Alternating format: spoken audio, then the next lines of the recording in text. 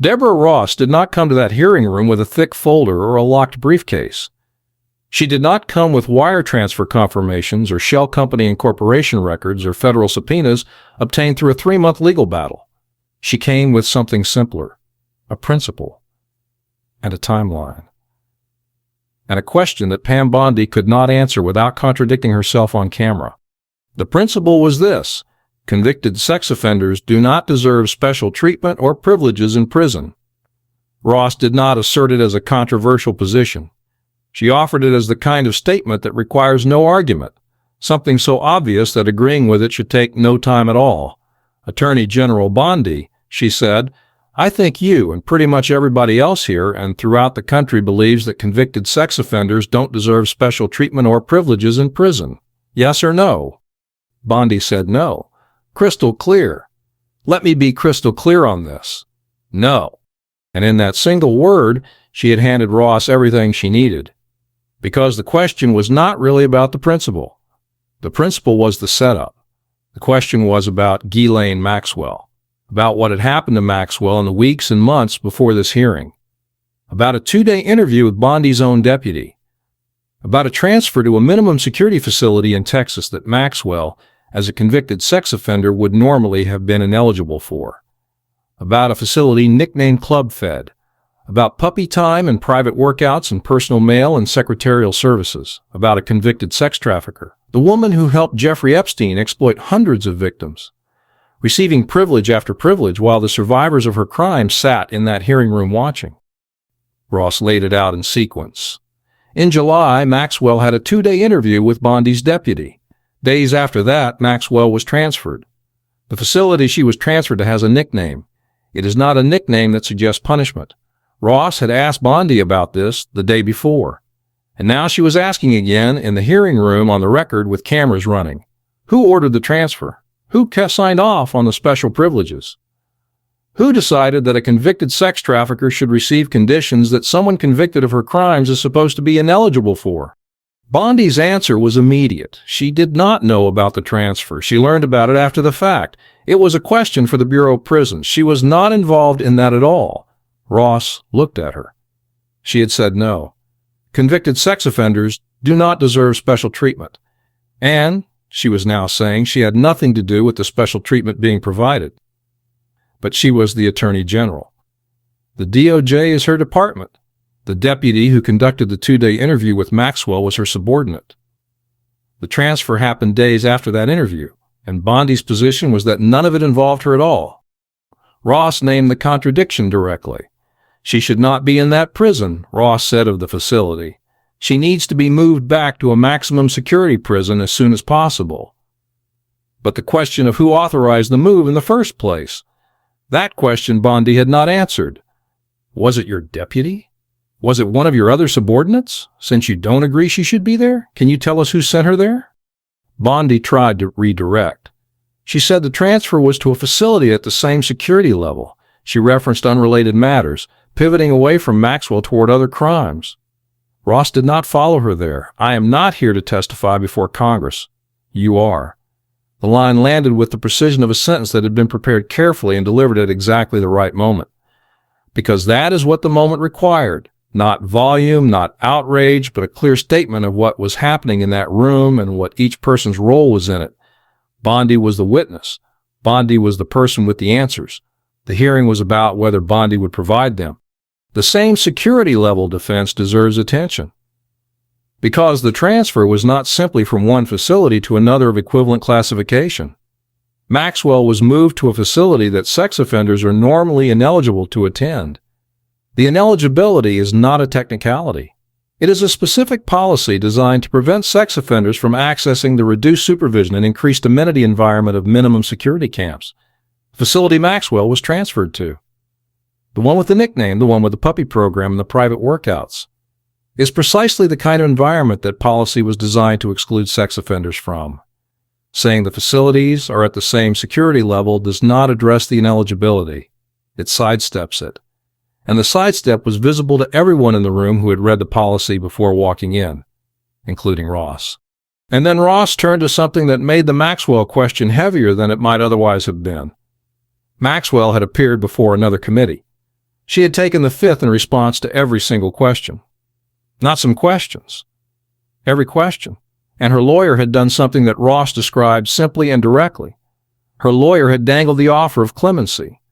Maxwell, through her legal representation, had signaled that she might cooperate, that she might provide information, potentially explosive information about Epstein's network, about the people who used his operation, about everything she knew. But only if she received clemency from the executive branch. Only if the president commuted her sentence or pardoned her entirely. Ross put the question plainly. Should Donald Trump pardon or commute Maxwell's sentence? Should she be released from prison? You said you hope she dies there, so I'm hoping the answer is no. Bondi said she had already answered that question. Ross said she was glad they agreed and moved on. But the exchange around clemency was not a sidebar. It was the spine of everything else.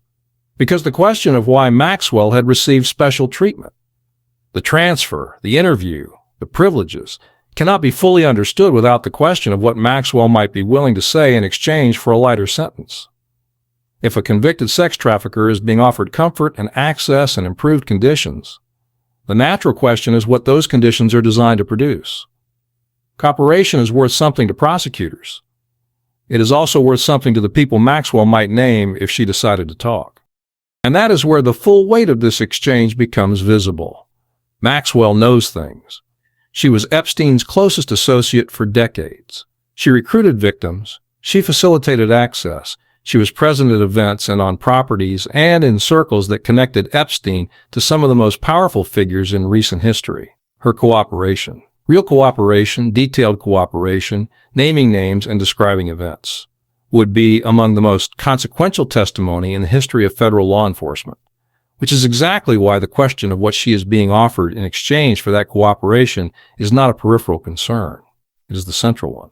If Maxwell is receiving better prison conditions and her lawyer is simultaneously dangling cooperation in exchange for clemency, then the question of who is managing that process, who authorized the transfer, who approved the privileges, who is in communication with her legal team, is not an administrative matter.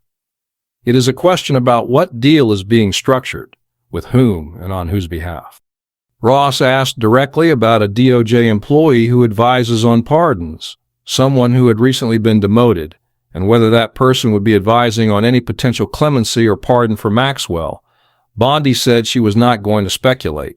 Ross did not press it further. She did not need to. The question was in the record. The implication was clear. A convicted sex trafficker was sitting in a minimum security facility with perks and privileges.